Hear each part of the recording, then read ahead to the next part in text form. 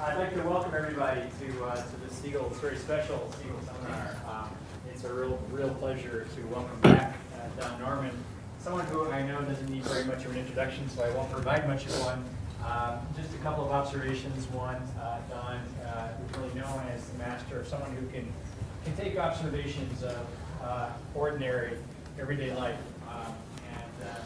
and the way people interact with technology, interact with the world, and turn that into really deep and broadly applicable principles that have been tremendous value to those who try to create new things, design new things. He's done this, of course, with the design of everyday things. He's done it with a whole range of topics. Some of my favorites, emotional design, design of future things. And today we're going to hear about the latest effort, living with complexity, one that I'm sure is close to many of your hearts. I'd also just like to say that it's a pleasure to have Don back here in Evanston. No matter how far he may roam, we'll always consider him one of ours. So welcome, Don.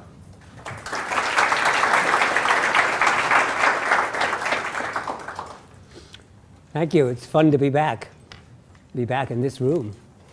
It is amazing to hear what people say about me. There's a German book on design that says something about Don Norman's work is very influential, even though people don't understand what he's talking about. And I just started picking this new book up by Stephen Levy called In the Plex, which is the story of Google. Can you talk a little louder? Yes, I can talk a lot louder. And what he said was, sorry, but I was at meetings all day today in a little town west of the airport, and I just rushed back and then rushed here through the rain, and so I should have been here earlier to set this all up. Anyway, I was saying I was reading Stephen Levy's book called In the Plex, which is the history of Google. Stephen Levy used to be a technology correspondent for Newsweek. I think he now writes for Wired and a bunch of other places. He says that there were two books on the desks of Larry and Serge. One was the design of everyday things, and one was the history of Tesla. And this is what this was their dilemma. Do they want to be completely open and transparent, like Don Norman says you should be, or do you want to end up like Tesla, which was broke, everything failed, nobody respected you anymore? And so they, throughout the book, were given this tension of being open and telling people what you're doing and being secretive and not allowing anybody to know what is going on. Interesting heritage.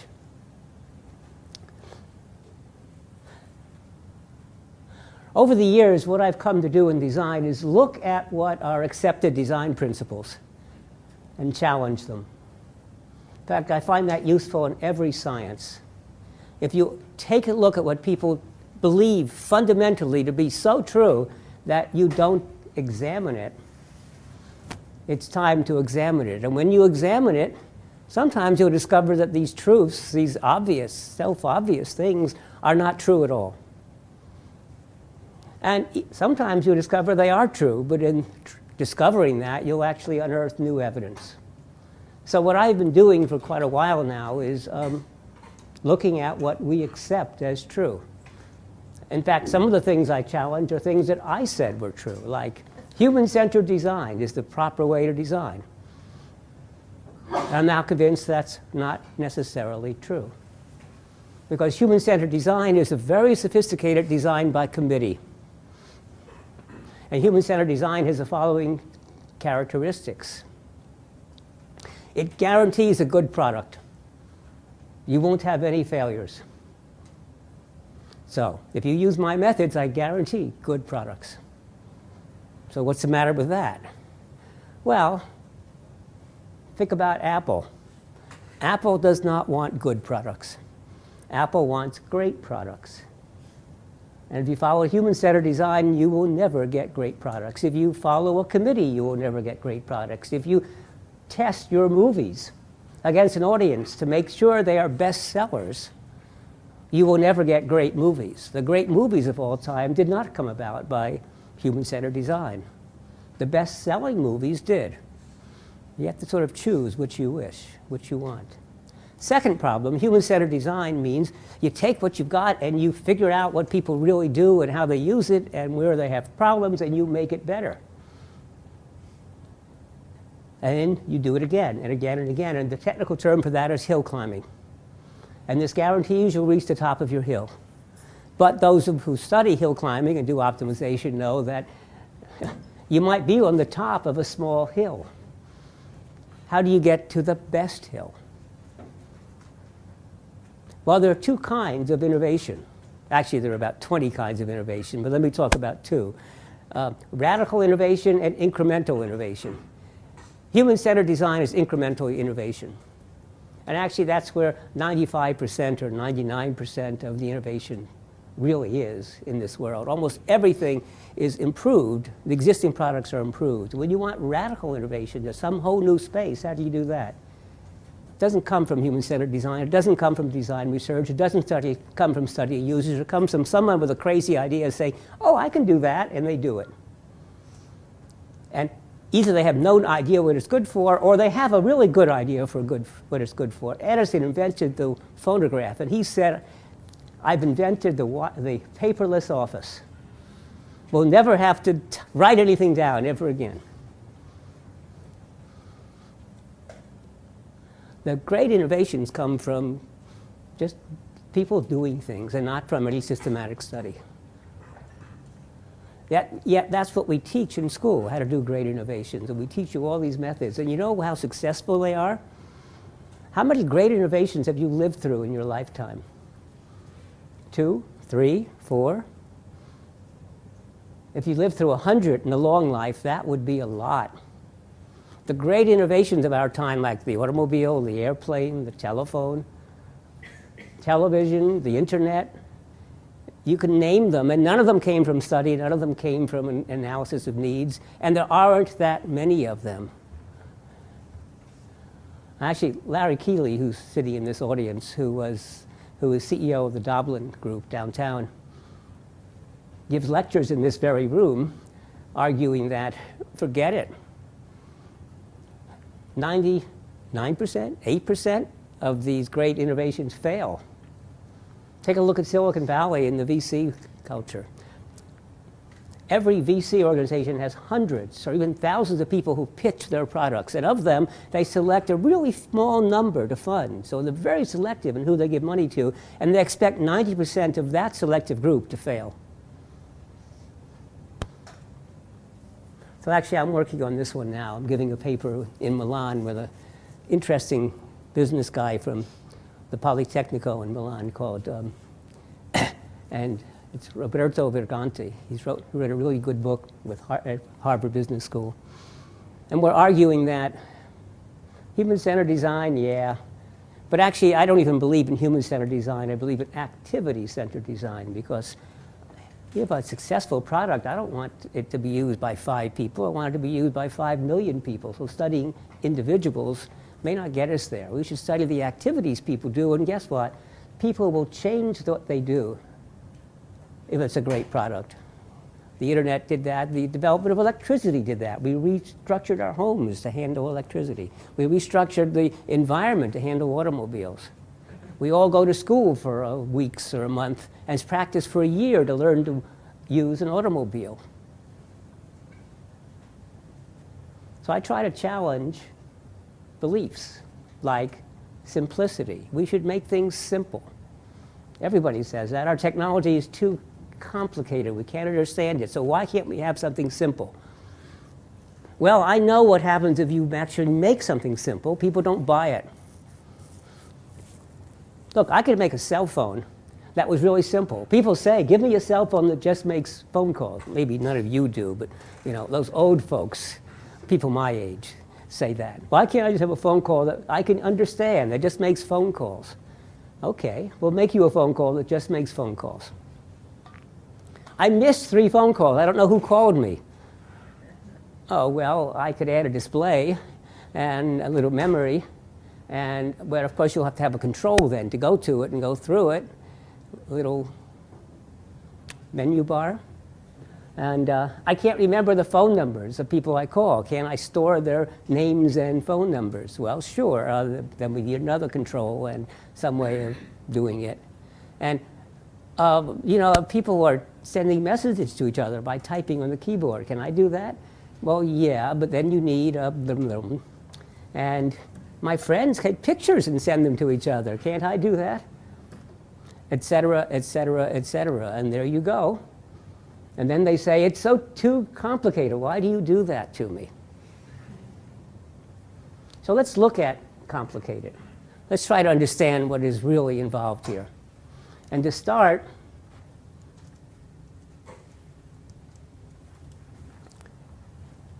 let me distinguish between complicated and complex.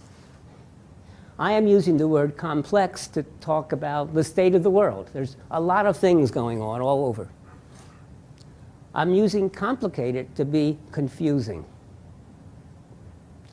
And I'm going to argue that complex is good and is necessary, because that's the way the world is, and our tools have to reflect the world, like my little story about the cell phone. If you actually look at the activities people do on their phones, they want address books, and they want call numbers, and they may need their calendar, because what do I normally do on my phone? I make an appointment to see somebody, and I sometimes need to take notes.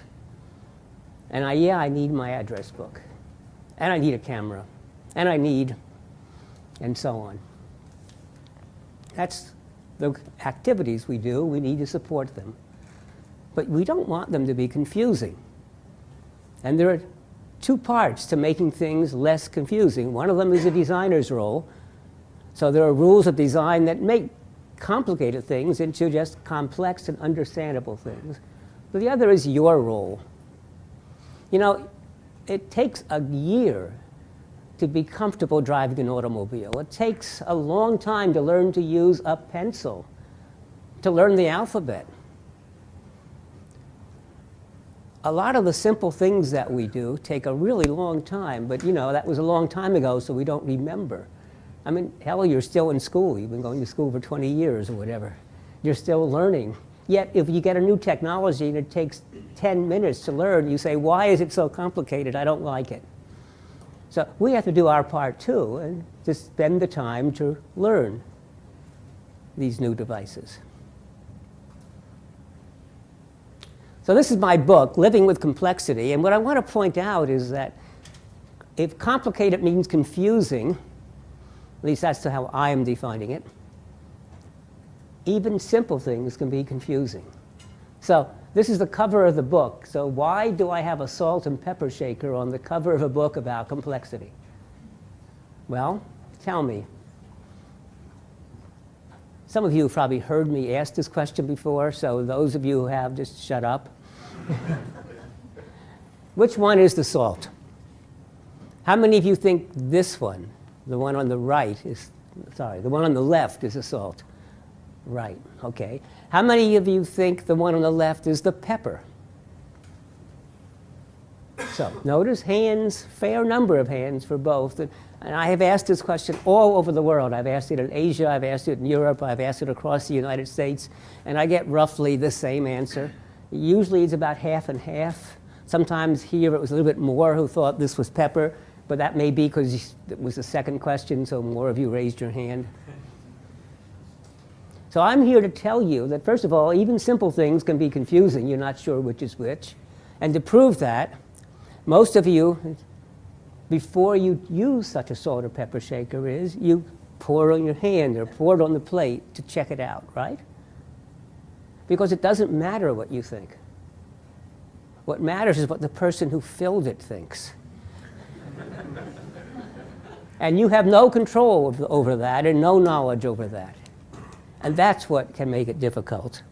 Now, we need complexity because, as I said, life is complex and our tools must match life. And what we really want, I claim, is understanding, not simplicity. And so there's a wide range of things that, for example, are very complex but are enjoyable. So I teach in KAIST 2 months a year. That's the Korean Advanced Institute of Science and Technology, and that is not a special Korean meal. That is a typical Korean meal. Does it look complex? Yeah. Do you understand it, what's going on the first time? No. Does it matter? No. It's really fun. It's enjoyable. And here's something that's, things can be complex, but you can understand it. So a railroad yard, a switching yard. I mean, you look at it, but you see it has order and structure, and if you need it to, you could figure it out. And some things are complex just because that's the way life is. So here's a street scene in Hong Kong. And I could take a similar kind of picture at almost any major city in the world. Actually, in many of the small cities of the world. It's, you know, things just come here and there and bustle, and there's no apparent order necessarily, and that's the way life is. You learn it. And some things are really simple, but like the salt and pepper shakers can be confusing, like light switches. It's really simple, just on and off, right? But when you have an array like that, what do? You either put great big labels on it, hoping people might read them, or you just turn every switch up or every switch down, or you stand there flipping each switch, trying to figure out which each one does. So simple things can be confusing. And complex things can be understandable. So that's the wrong dimension. So here's a really simple thing that's, well, typical Evanston. Which way is the wind blowing? And I assure you this is a real photograph. I did not use Photoshop on it. This is what I see when I look out of the window in my condo here in Evanston. It is true, most of the time the flags point in the same direction. But enough of the time they do this that I had time to get out my camera and take a picture.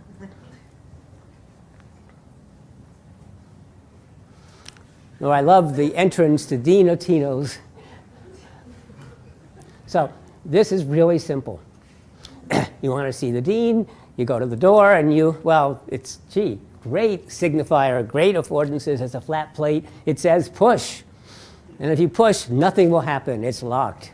So, okay, this is a great signifier, a great affordance. I grab it and I pull. Well, if I pull, nothing happens. I have to push.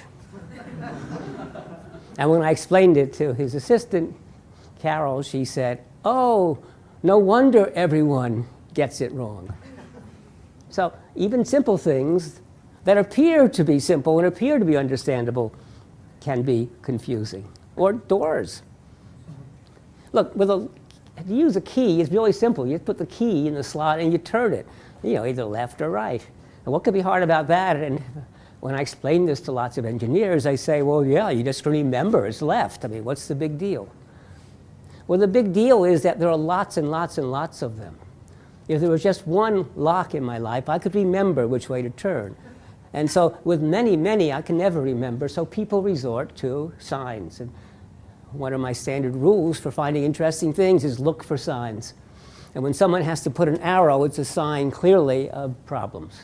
So here someone has painted an arrow, and here, this is actually in my own home. I've learned the magic of little colored dots. And that's actually a big one, but I have lots of little ones, and I go around and I put little dots all over, reminding me which way. If there's a lot of switches, I'll put little green dots on wherever the normal position should be. In my automobile, there's a little green dot in my car on the left of the instrument panel, and in my wife's car on the right of the instrument panel, because otherwise we can never remember which side the gas cap is on, since it's different in both cars. So that's locked. Make it horizontal and it's locked. And I found this in a medical center.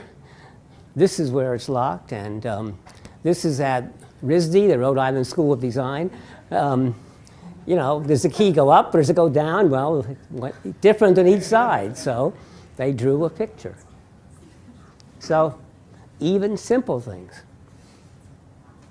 Now, there are many differences, too, in culture. So there are many strong beliefs about the fact that Asians love complex things, and Europeans and Americans like them really simple. So you compare the garish street scene in Tokyo with flashing neon lights and lots of sounds with, say, a Bang & Olufsen audio set, which is very, very simple. So simple, actually, you can't figure out how to turn it on. No controls. And, you know, here's the typical simple. This is Google. Google, by the way, is a moving target. It's really hard to keep track of Google. This is not what it looks like today. This is what it looked like a month ago. So this is Google in the United States, really simple. And this is 123 India, an Indian website. And this is Naver, which is a Korean website. And you see it's very complex. Or if you go to Korea and you look at their appliances, they're just like our appliances, except just many, many more controls and things. Or that's a vacuum cleaner.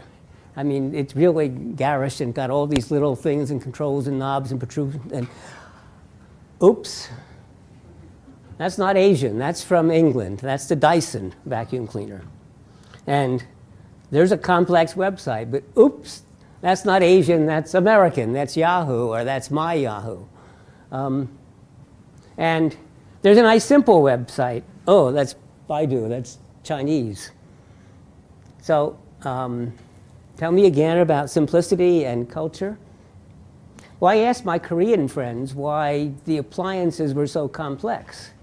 And they told me it's a symbol of prestige, that you want people to see it, and the more complex it looks, the more powerful it appears to be, and it shows that you have the money to buy it and you're sophisticated. So even though they can't understand it, they buy the complex-looking ones. Is that a Korean attitude or an Asian attitude? Well, many years ago, when the first Xerox copiers came out, my students in my design class at this point at University of California, San Diego, went off to study these. And they found that a large number of these were in the front offices of law firms, where they were visible, very visible to the people in the waiting room. And so they were curious why the lawyers could use these machines when other people had trouble. And they discovered the lawyers couldn't use them either. But they discovered that the reason they bought them and put them there was because they looked complex and modern and technological, and they were there to impress the people waiting. The same story the Koreans gave. So is that an Asian culture, or is that an European culture? Is that Western versus Eastern? I don't think so. And there's more to the story. If you look at Google, again, is it really so simple? I mean, there are 20 different things to click. And up on top, there's all those menus, and there's one labeled More. And if you click down the label and labeled More, well, the last one is called Even More. And that takes you to a page that's really difficult to decipher. And the same with Microsoft, Bing, which looks elegant because it has this nice picture. Well, it's got 28 places to click, and some of them you can't see. So if you actually move your mouse around here, suddenly little things will pop up. What they do is they give information about the fish and the photograph hidden throughout. So you're supposed to wave your mouse and you discover them. And in this case, I think it's actually clever of them because it's not essential to using it. It's sort of giving you more information about the picture, and it's kind of fun to try to discover it. And if you never discover it, there's no harm. But once again, it's not as simple as it might look at first glance. And, well, I told you, Google is really hard. It's a moving target. So on April 8th, when I last gave this talk, I checked. And I used to say it had 20 things to click. Well, now it has 13. Gee, all those menu items up on the top, they aren't there anymore. So that makes it simpler, but gee, I used to like to go to some of those places, and I don't know how to do it anymore. So they made it look simpler. But is it simpler? Well, let's take a look at these two. Is the difference really simplicity? I don't think so. I think the difference is, what are you trying to accomplish? So if all you want to do is search, use the left one, because that's basically all you can do. You type into the box. But what if you want to know what's new today, what the temperature is, what the ball, what the sports is, what the movies are, what's playing on television, quick, review of the news? The right one is ideal because it's all there. You can just quickly skim. And that's actually why still the favorite homepage for people is Yahoo, because Yahoo allows you to quickly get a quick glance at everything. It's interesting. Yahoo is also a search website, so you can search through Yahoo, but people often use Yahoo as their homepage, but then they go to Google to search. But again, the difference is not whether it's simple or complex. The difference is the activities you're doing. Are you doing exploration, or are you doing search? So the simplicity argument is misunderstood. Now, I've also argued that complex things can be understandable, and this is a taxi cab in Korea. They're not as complex in the U.S., but namely because Korea is far ahead of the U.S. in the technologies that are available. So here, in order to pay, there is all sorts of infrastructure. There's RFID chip readers. There is the taxi meter that tells you how much. There's a credit card reader. There's a receipt printer. You can pay by money if you want, or you can use your cell phone. If you put the cell phone down here, it'll be read, or an RFID chip, or a credit card. And you get a printed receipt. And there's a navigation system as well. But every single one is sort of separate. And if you don't confuse them with each other, there's no real confusion.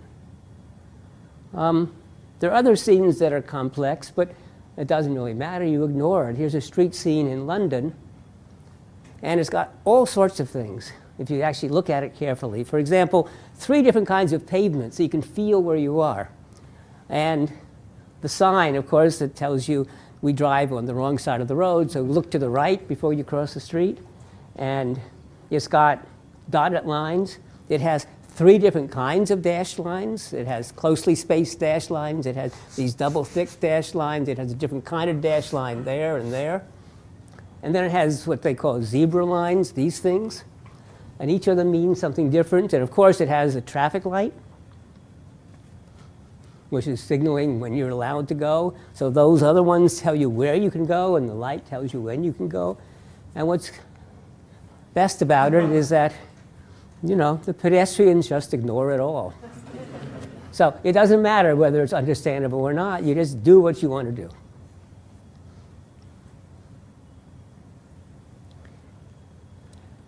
I find this one, actually, I'm not sure where this fits in the story, but I love the picture so much, I always show it.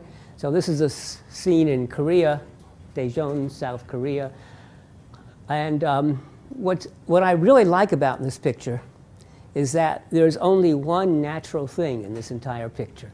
Everything in this picture is artificial, with that one exception.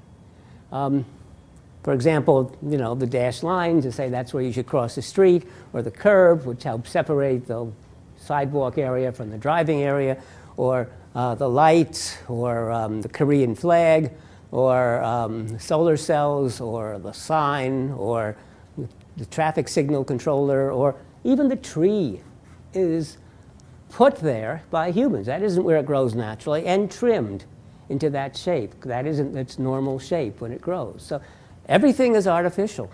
And another one of in vain. And even the magpie nest is artificial, built by the magpie, right?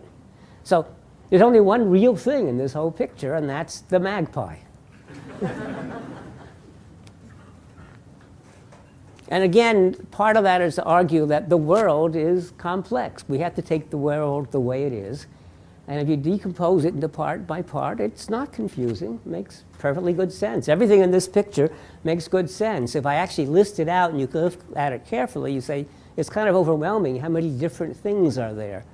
Even the things you can see in the distance are all artificial. And between here and there in the distance is a big riverbank, which is artificial, with playing grounds next to it and artificial banks, and the river has been artificially scooped out to go in the correct path. So, all this is to argue that there's a difference between complexity and complicated, that being simple is the wrong dimension. Even simple things can be confusing, and even complex things can be understandable. And complexity is the way the world is. And not only that, but we actually prefer complexity. So all the people who say, make it simple are missing the point. We prefer complexity. So psychologists over the years have done many, many studies. And what you find is if you vary complexity and you try to get people's preferences, there's an ideal point. You make it too simple and it's boring. And you make it too complex and it's confusing. And this holds true for games. It holds true for the tastes of food, the tastes of wine. When you start off drinking wine, you don't like it at all. And when you start off with simple, sweet wines, and you work your way up to more complex ones, and that's true of foods in general. And with music, you start off with nursery rhymes and very simple rhythms. And then as you learn more about music, you learn to appreciate more complex and difficult music. And it's true basically of every activity. Now what's interesting is that the preferred complexity is a moving target.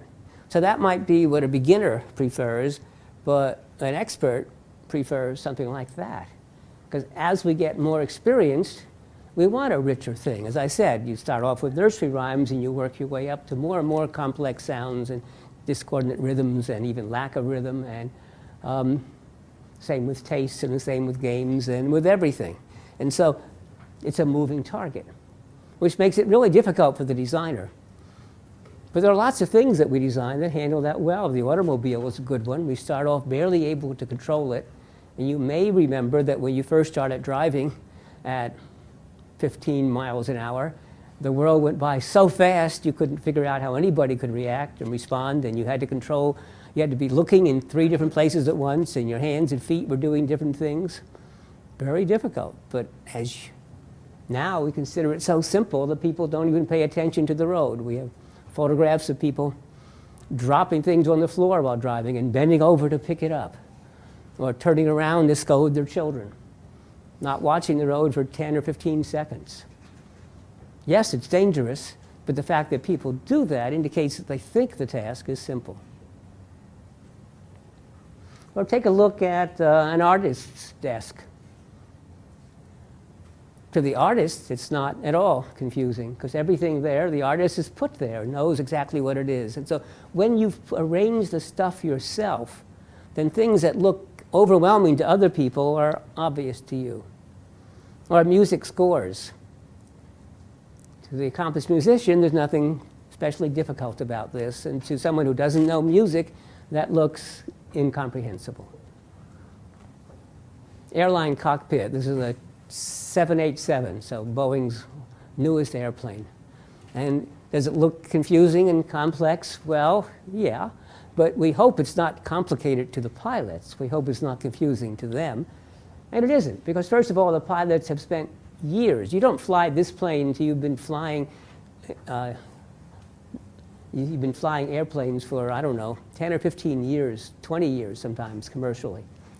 And so you work your way up to it. Moreover, the instruments are arranged in a structured pattern. There are 2 pilots called the captain and the first officer, so things are duplicated. There are 2 engines, and so things are duplicated. This is the left engine, that's the right engine, left engine, right engine. These are all the communication equipment. These are all the controls of the engine. This is all the automatic pilot, the automation. And so this is the engine, and this is the navigation. So when you learn the structure, it makes sense. So it may look complex, but there's real structure to it. Or Al Gore's office. But once again, if you know where things are, and you put them there yourself, this office is easier to use than one that looks neat and orderly. Because you know what each pile represents, and you know that things near the top are things that were put there recently. And so you know roughly how deep into the pile to go. And so people with messy offices are often much better at finding things than people with clean offices. We'll come back to this. So, as I said, there's a preferred area of complexity. And the middle part we even find engaging. You want it to be the right level of complexity. And there's even Mihai Csikszentmihalyi he has spent hours trying to teach me how to say his name, and you see it's failed, has argued this is the essence of what he calls flow, that you're in the flow state when you're so engaged in something that the rest of the world disappears and time disappears, and you're just fully engaged, and when it's fully over, you pop up and, gee, you don't have any idea of where the time has gone. And that only happens when you're in this magic state of difficulty where if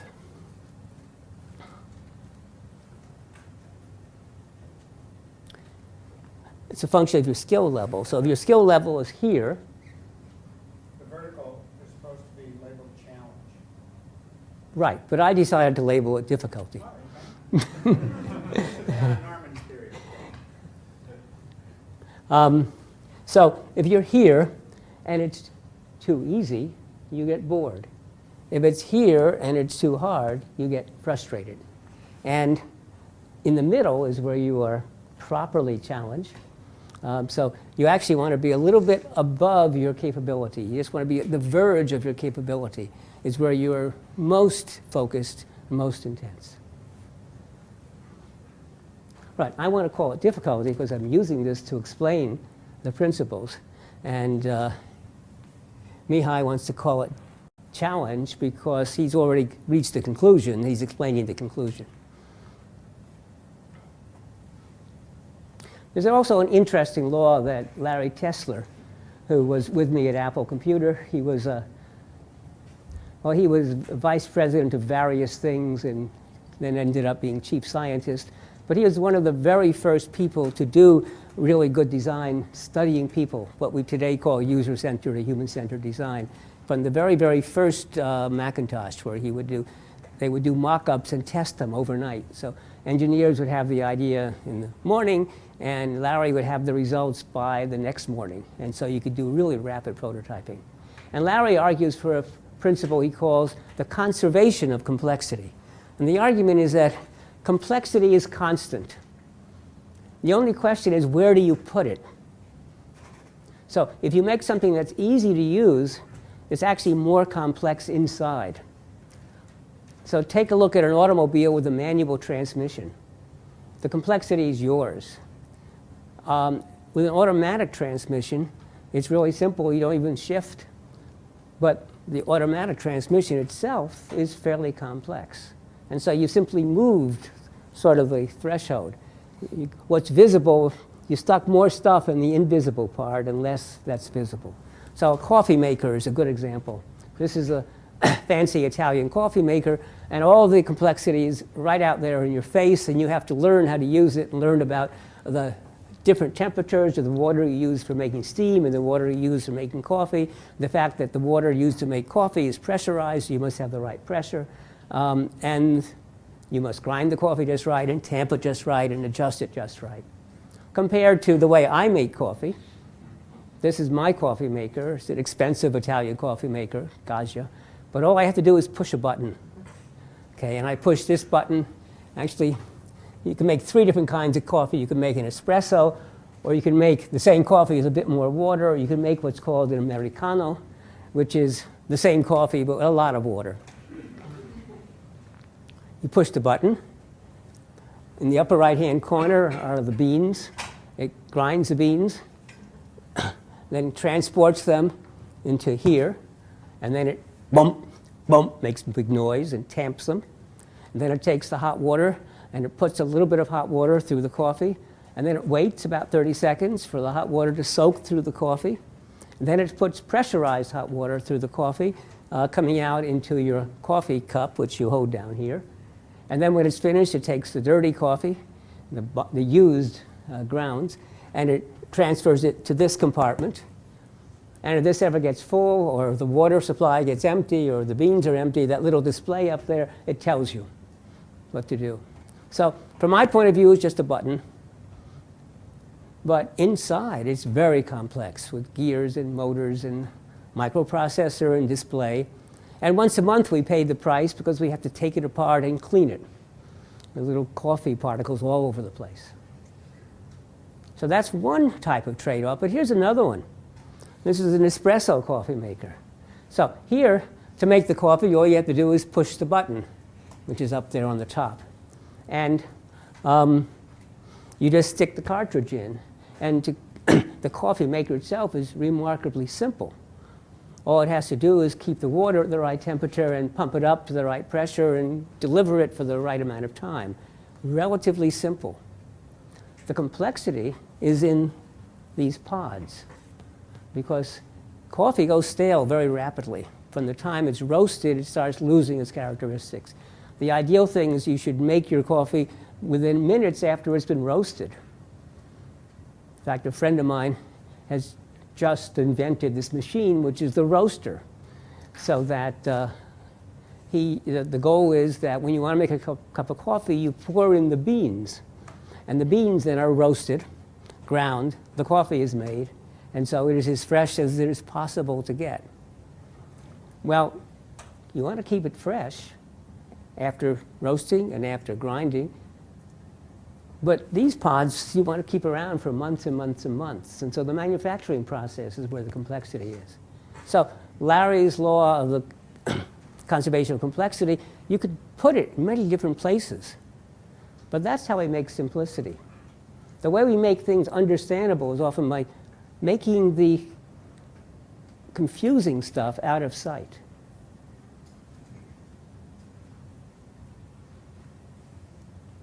So now let me say, why then are so many things frustrating? I've argued the complexity is good, that we can come to understand them, yet people are still crying out that I can't figure this out. Why is it so complex, complicated, confusing, frustrating? Why can't things be simpler? Repeat, I want people to say, why can't they be understandable? But why is it that we don't make things understandable? So there's needless complexity and needless complications, and here's part of the enemy, the reviewers. People who review, and which is when a new product comes out, they review it, and that's where you form your opinion. And the salespeople who say, oh, you want to buy this phone, but you know, this phone can do everything that one can do and all this other stuff. And probably all of you have at some time or other fallen for that. I have. I go in the store knowing exactly what I want, and I will come out of the store with something different. And what I call simple-minded marketing, which is based on that principle of more features are better. So, which is based on feature comparison lists. So let's look at that. Reviewers. Take a look at what the reviewers say. Despite some missing features and performance issues that make it less than ideal, despite missing features, right? Or basic features include vibrate mode, alarm clock, calendar, task list, memo pad, calculator, world clock, timer, currency, unit converter, speakerphone, stopwatch, voice recorder, stereo, Bluetooth, PC syncing, USB mass storage, a file manager, and GPS with support. Oh, but voice dialing isn't there. Oh, gee, not enough features.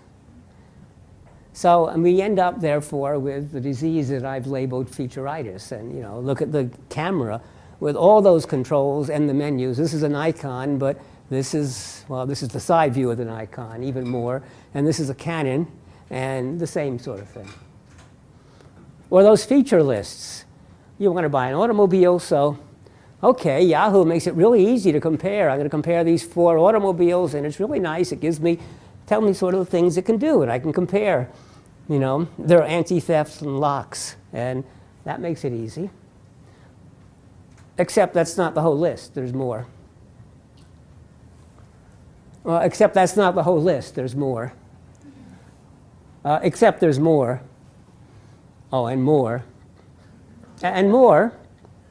And even more, and more, and more, and finally. So that's crazy. I mean, who is going to actually do that comparison? And why are we comparing things? Why are we selecting things by this kind of feature list comparison? And I think there's this, behind this is sort of this simple view that if I look at the desirability and number of features, the more features, the more capable, and therefore the more desirable. But people are also aware of the fact that all these things make it too confusing and complicated, so we have this opposing thing that usability goes down. And therefore desirability goes down as we increase the number of features. And so if we're not careful, though, some marketing person will say, I know how to, I'll simply optimize, and obviously we want to build things in this level. No, not really, because actually the features are often asked for and requested and are useful. So it's not the features that are necessarily bad. It's the way they get tacked on. Add this feature, and then next revision will add these 7 features, and next revision will add those 12 features with no real structure. But if the features are there for a reason and in a cohesive design, then it makes sense. So the solutions there's a number of solutions, and they're design solutions. But actually, I want to talk about how people cope, first of all. So let me talk about what I call natural solutions. And I'm going to talk a little bit about what I call signifiers. So a word on signifiers. When I wrote The Design of Everyday Things, I was really concerned with I realized there are many things in the world, and I estimated that every one of us must experience and sort of know about something like 20,000 different things. And we also, even though we know maybe 20,000 things, every day we encounter something we've never seen before. And yet we manage quite well. Now, how do we know how to do that? And so here's a cup that I'd never seen before. Actually, I have seen it, the Manufacturing Business Conference, the Triple M cup. But first of all, notice I could pick it up because it was graspable. And second, it has even a place to insert my hands. And so I talked about the affordances. That is, it's a relationship between the person and the object, and therefore the activities that could be done. Affordances, though, are actually a fairly complex topic, because the affordance exists whether anybody knows it's there or not. And designers liked the term and started using it in ways that I thought really made no sense. I put an affordance there, they said, when what they did is they put a little sign up saying push. Or when they made a screen, especially in doing screen designs, affordances came to be used to be the little symbols or icons or conventions. Now, that's not what I meant by affordance. And so I really think that there are two parts now. One of them is the real affordance that's there. It's important. The other is how you know it's there. And I want to call that a signal. And I'm going to call that a signifier. And so the open handle there is a signifier. And signifiers give you hints. And when the designer says, I put it there, that the designer really is saying, I put a signifier there so you know which part of the screen is relevant. So let's talk about signifiers. And what's interesting is a lot of them are natural. Nobody put them there, but we've learned to use them. I showed you some that were artificial before. People paint arrows on doors or put little dots or put little signs. But some of them are natural. And the other part is just good design, and we'll come back to that. But let me start with social signifiers. So I'm running for the train here in Evanston. I'm running to the Davis Street station. I want to go downtown. Did I miss the train? It only comes once every hour or sometimes once every 2 hours. Did I miss the train? Well, if I get to the train station, it looks like this. I say, no, I didn't miss it. There are people still waiting. And if I get to the train station, it looks like this. I missed the train. Now, neither of these are guaranteed reliable. So if I were downtown, where there are many different trains coming by, the fact that there's a crowd doesn't mean that I have not missed a train. And it could be here in Evanston that, nobody else wanted to take the train at this particular time. So the train hasn't come yet, but I'm the only one waiting to get on it. But nonetheless, we use them. They're pretty reliable. And we use them as guides. So here's a social signifier. Nobody planned it. Nobody designed it. But we use them as powerful cues to what's happening. Or, where do I walk? Now, landscape architects call these desire lines. So somebody walks up the hill. The first one was in Evanston. This is on the campus at University of California, Berkeley. And it's clearly crying out, saying, please put a stairway here. Do something. And the other one says, please put a sidewalk here. And it's interesting, landscape architects hate these desire lines. It ruins their beautiful landscape. And so in their literature, they often talk about how to prevent people from doing this. Plant hedges, or trees, or fences.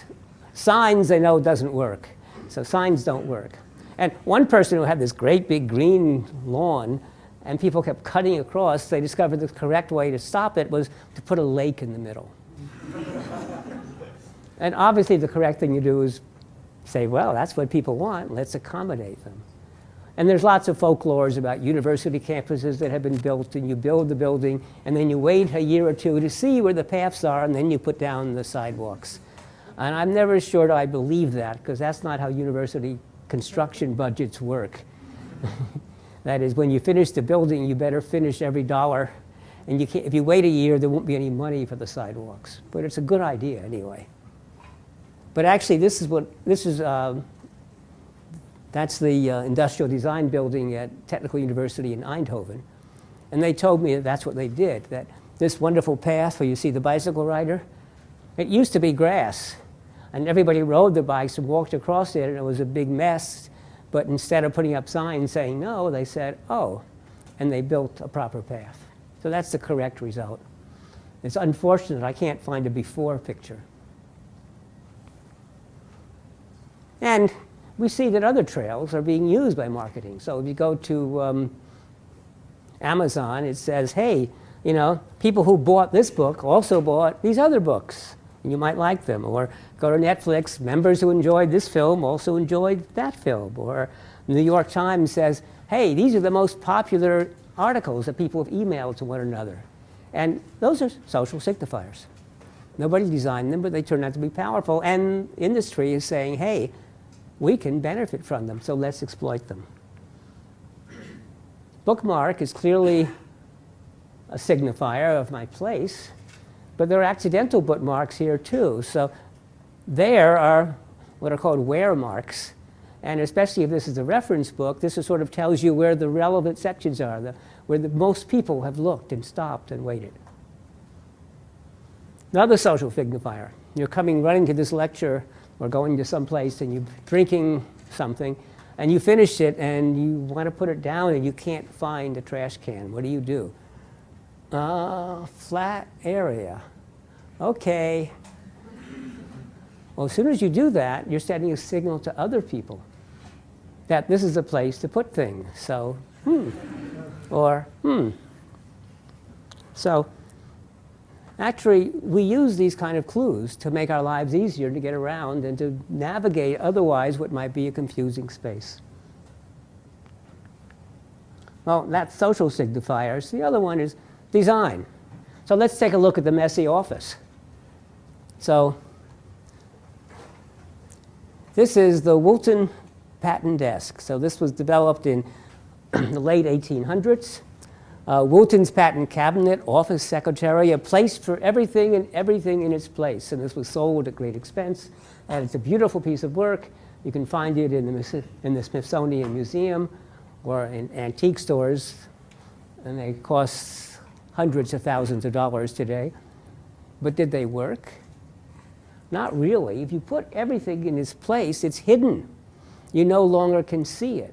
And so the messy office is much easier because everything you need is visible, whereas here you basically end up opening drawers or pulling out the piles to try to remember this is the correct pile. So this, I claim, is bad design.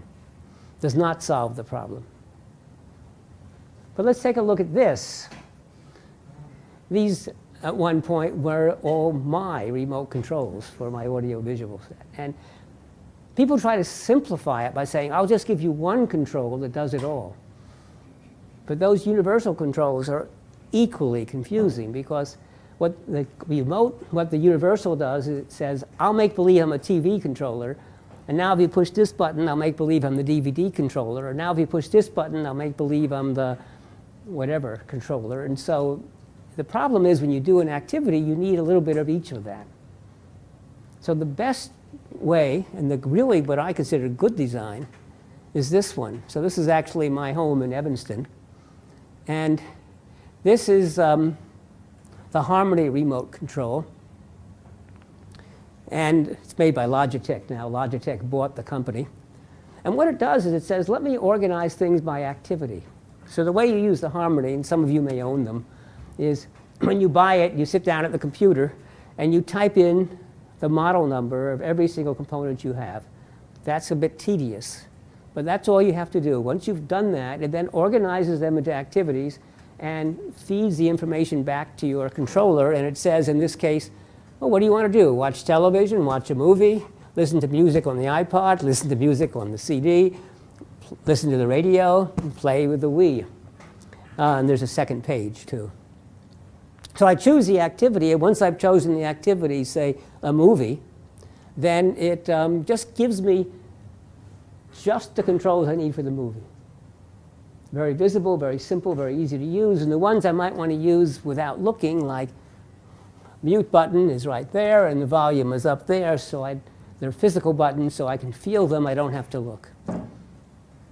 And so this particular device has transformed our lives from always getting it wrong, or my wife always complaining that why did I buy such a complex setup that can't be used, to one that is easy, well-designed, modular, coherent, understandable.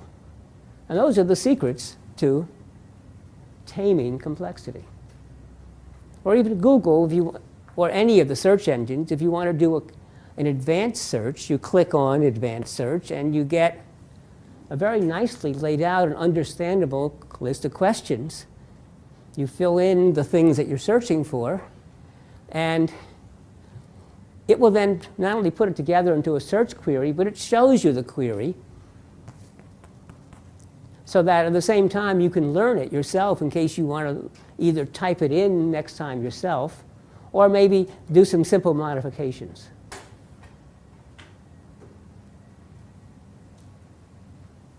So the main solution, really, is the conceptual model. It's actually my favorite solution to everything. If people have a really good model for what's going on, then they feel they understand. Without the model, it's incoherent. With a model, you understand. And you can take things like a computer file structure, which the model for a computer file structure is really well done in modern computers. So this is Windows.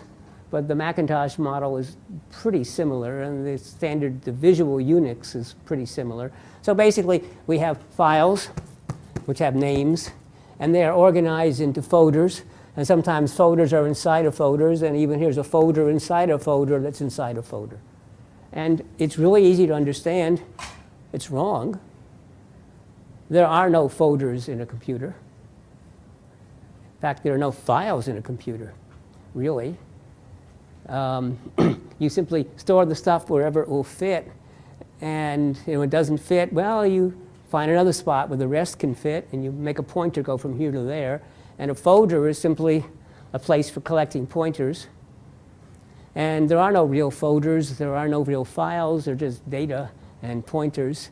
And it's not organized anything like this. And there's also a major thing misleading here. If I decide I want to throw away something, and I click on it and say delete, well, the model, the conceptual model, shows it disappear completely, which is exactly how you think it should work. It's now gone. But many people have found to their distress when they try to destroy incriminating evidence that it isn't gone from the computer. All you did was delete one of the pointers, and all the information is still there. But we don't want to show people all the pointers and the particulars of the actual structure. That would not help you do your everyday tasks. So what you really need is a good conceptual model like this that dramatically simplifies the operation, and that is handles like 99.9% of the activities you wish to do. And this is a really good example of something that does that. There's one more solution, systems thinking. So the iPod, the most successful music player. Is it because it's so thin and beautiful and elegant? I don't think so. Because if you look at just the Play Music player before it had the visuals, there are many others out there that do just as well, that are very attractive, that function well, often do things better, and they're cheaper than Apple's. But what they usually do is they concentrate on the music player. And what Apple did was realize that this is a system. So you may not remember, most of you, but in the early days, it was not legal to buy music, to put it onto your computer. It was not legal to have a player. On top of that, it was difficult. So lots of people did it, but you had to know more technology than most people cared to know. Apple, first of all, was the first company to license the music and make it legal. Second, they decided to charge a uniform amount per song, 99 cents. Third, they made a website that makes it really easy to find the music you want and really easy to buy the music you want. Fourth, when you decide to buy it, you just click on it and it automatically gets downloaded to your computer. Then, when you feel like playing it, there's a simple program on your computer that allows you to select the music you want to listen to. And they made it really easy to plug the iPod in to the computer and get all the music on the iPod. And then the iPod itself is very well done. The point is, it's a system. And all the competing methods, you had to know a lot of technology. You had to burn the disk and transform it to MP3 files and then download it to the iPod or to your music player. And you had to do more work than most people were comfortable doing, and you had to understand more than most people wanted to understand. And with Apple, you didn't have to understand anything. It was effortless system. The same with book readers. The Sony book reader and the Amazon Kindle are almost identical. They use the same technology, e-paper. It costs roughly the same amount, the same size. They work about the same. But in the early days, the Sony was an isolated book reader. If you wanted to read a book, you had to first go out and search the internet to find a book. And you had to download it to your computer, then you had to plug in the book reader to the computer and transfer the book from the computer to the Sony.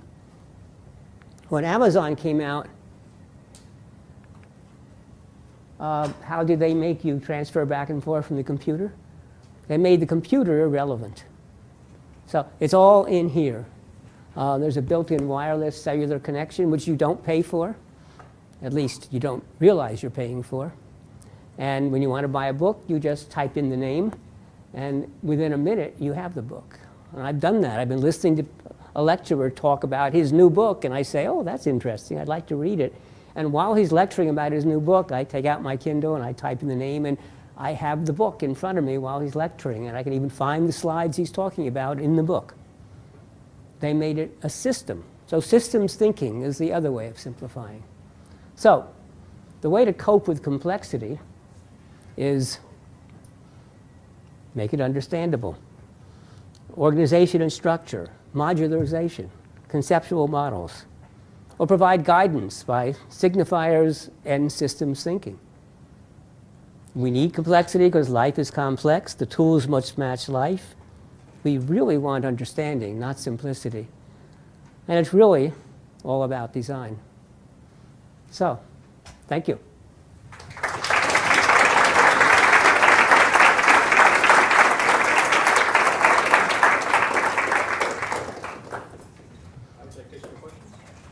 So, those who have to leave should leave, and those who would like to ask questions, I'm here.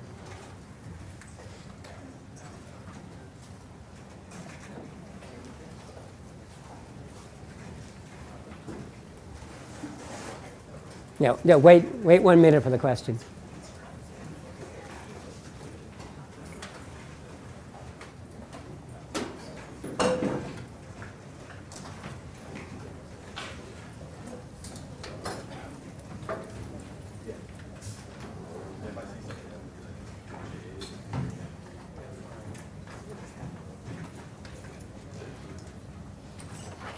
Okay.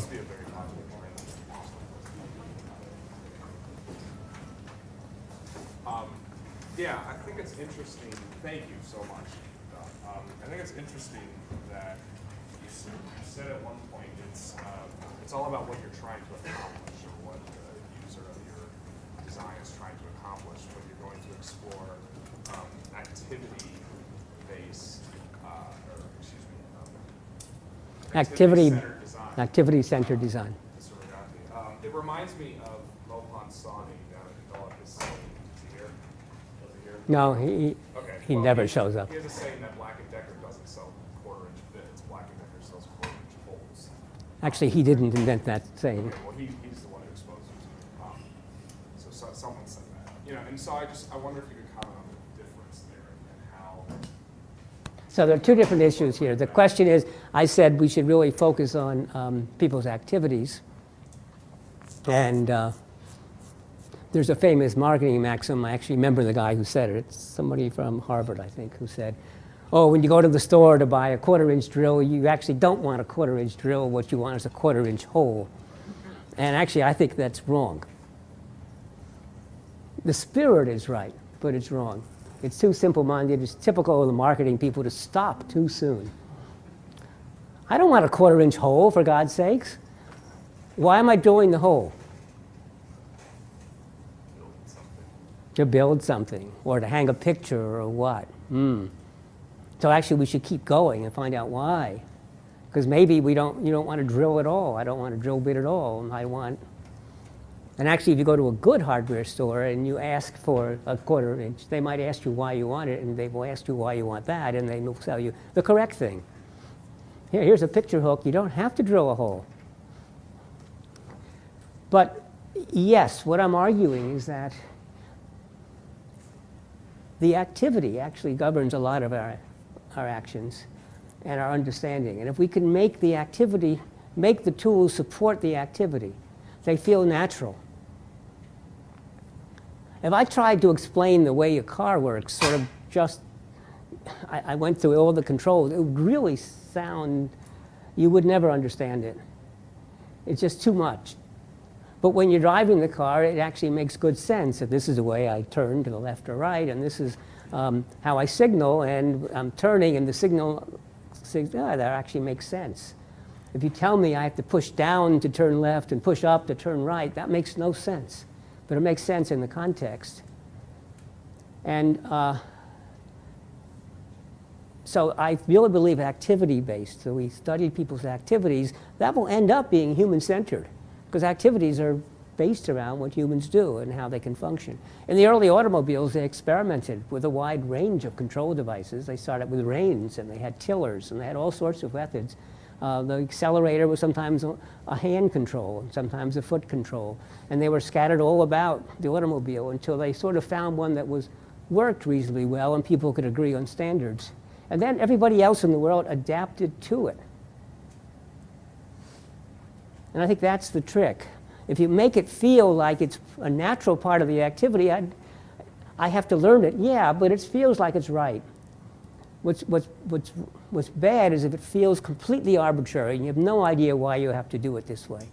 And worse, everything you have to learn is different. Some I turn left, some I turn right. Sometimes when well, that's enough. So you presented the Nikon and camera and all the features that Yes. are added to them that make them extremely complex to the point of maybe they're not usable. Extremely complex to the point of complicated. Yes, to the point of complicated. So I can understand, coming from an engineering background, how in an organization that happens. I mean, you have more features, like you have an R&D team, they're working on something towards making it better, and a lot of the times those features are requested by a subsegment of your users. Maybe not everyone, but there's some set of advanced users that would like another focus feature on their camera. So when you're in that space, what do you do in the kind of flow of your day-to-day business process to kind of step back and assess, is it creating different products to address those different needs, and subsegmenting those targets so you're only having to address certain groups with those features and not complicate everyone else's life? So the question is the one that plagues design teams all around the world. But our customers are asking for these extra things. And if we add them, we know it's going to complicate their lives. Or the marketing team is insisting we add it because they say it will increase sales, and we know it's going to actually increase our costs in the end. It's more expensive to build, and everyone's going to be calling the service lines for help. But there are people who want it. So how do we handle that? Well, Microsoft is a good example of how not to handle it. No, actually, the people at Microsoft are very good, and it's actually fun to work at Microsoft. It's actually more fun to work at Microsoft than at Apple. If you work at Microsoft, the people listen to you. And if you wake up in the middle of the night with an idea, you can come into the design team or the development team the next day and say, I had this great idea, and they'll listen to you. And if it really sounds persuasive, they'll put it in. At Apple, if you try the same thing, you'll be shot down and told to shut up. And they don't listen to you. There's a dictator who decides what's in there. And so Microsoft does have something for everybody. And their products are incoherent. Apple's products are very coherent because there's one person who has in mind what this product ought to do and make sure that everything fits his one model. Now, both companies, though, are facing this tyranny of adding features. So if you take a look at the iPod, every year it has gotten more and more features and more complex. And how many of you know how to turn off your iPod? Well, but some of you are giggling, so you know the problem. It's hidden. I often give up. Don't know how to turn it off. And Apple has tried hard, but they have these same pressures. Now, I think the correct solution to the pressure is a good conceptual model and modularization, so you don't have to see them all. The problem is that's great in the beginning. You set it all up, but then all sorts of new things come along I never thought of. So I have this great camera, and then someone invents a stitching technology. So if I take this picture, I just go around taking pictures, and the camera automatically puts it together into one panorama. But I never thought of that before. How do I add it in afterwards in a coherent way? Or wait till the new cameras come out. The new camera will let you capture the light array. And then later on, you can figure out which picture you want and from what angle, and what should be in focus and what shouldn't be in focus. And if you have if there's someone racing past and your shutter wasn't fast enough so they're blurred, well, you de-blur it. Because if you think about it, all the information you need to create the image is there, just spread out over space. So the new cameras involve them. How are you going to control those? Or how do you add it to an existing camera? So the only way that I know of is to throw it away and start over again. And that's really hard for a company with a successful product to bring out a whole new approach. But good companies do that periodically. Actually, Windows 7, believe it or not, it's Vista 7 and now Windows 8. That's a good example. Complete change of the way they were doing things. And OS 10 for the Mac is the same thing, a complete change from the way they were doing things. Because the old systems were not only confusing to people, but confusing for the engineers too, who could no longer understand the code. So that's the solution, is you have to start over again. I think trying to hold the battle and say no more features is impossible. Because they really are useful. And as you pointed out, they're useful, even if not for everybody, for somebody. So the solution is make it so that somebody can find it, the other people don't have to see it. And it's really hard to do after the fact. And that's actually one of the things that makes design such a fun topic, because we have to cope with these different contradictions. Things that are simple, elegant, understandable, and the pressures of people to want to do more and more stuff.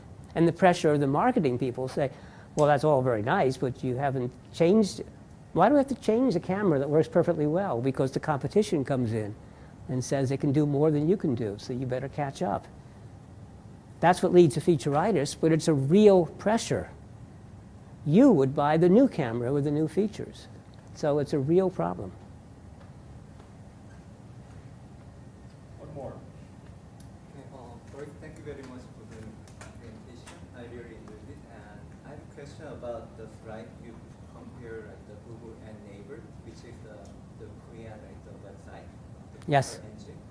And you know the Google dominate the market rest of the U.S., including U.S. Yes. Except for South Korea, they just get market share like less than 10%.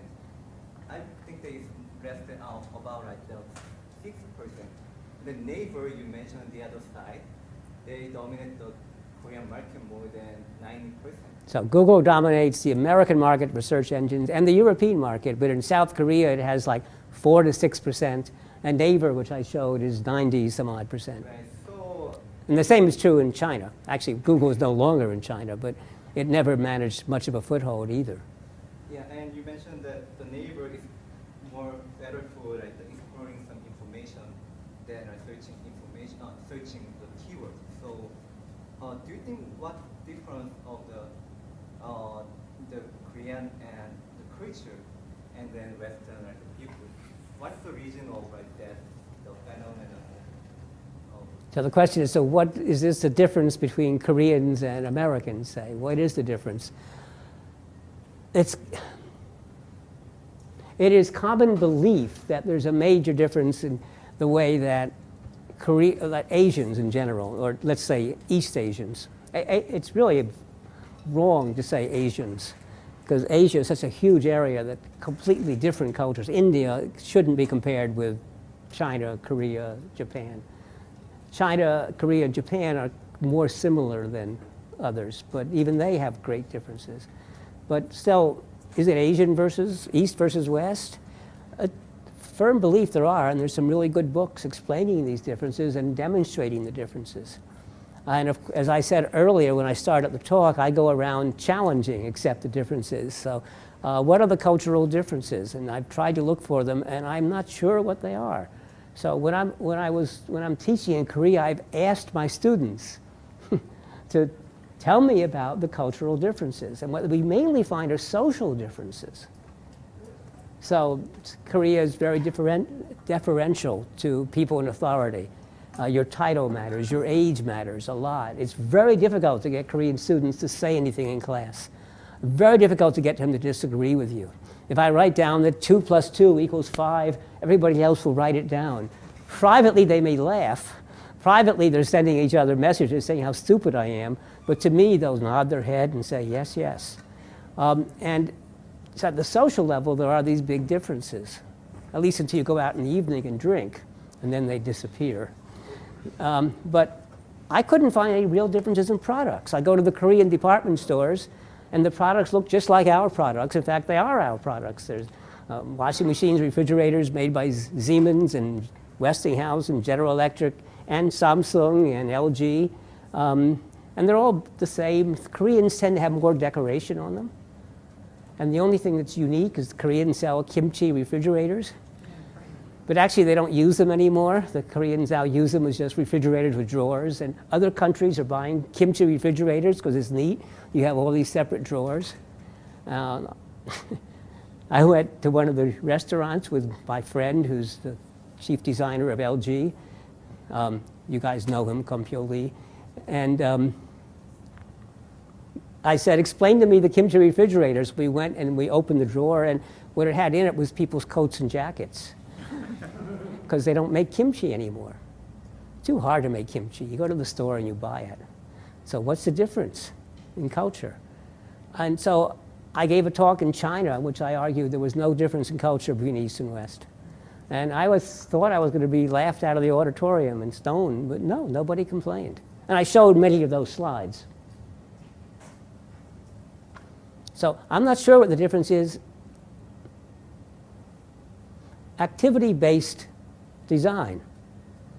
The activities are the same. The social interactions are very different. So if you design for the activities, I really think it's the same the world over. I could be wrong, I don't know, but I really think it's the same the world over. If you design for the way people talk to each other or send messages and communicate and the social networking, that's very different. How about, we have at least 2 Koreans and lots of other Asian culture here. Is that right? Is that wrong? Is that stupid? Is that naive? Let's let's leave them lingering with that question. Before we give Don a final goodbye here, thank you. A little gift for Don. I find it very appropriate. This is the Fisher Space Pen. It's lovely that we've got the lunar excursion module here on the cover. What could be more complex and no doubt complicated? And inside, the elegant, simple Fisher Space Pen with the Segal Design Institute logo. Oh my! Embedding. So next time I'm in space, I can Complexity.â. actually write with my There pen. you go. So, Don, thank you very much. Thank you.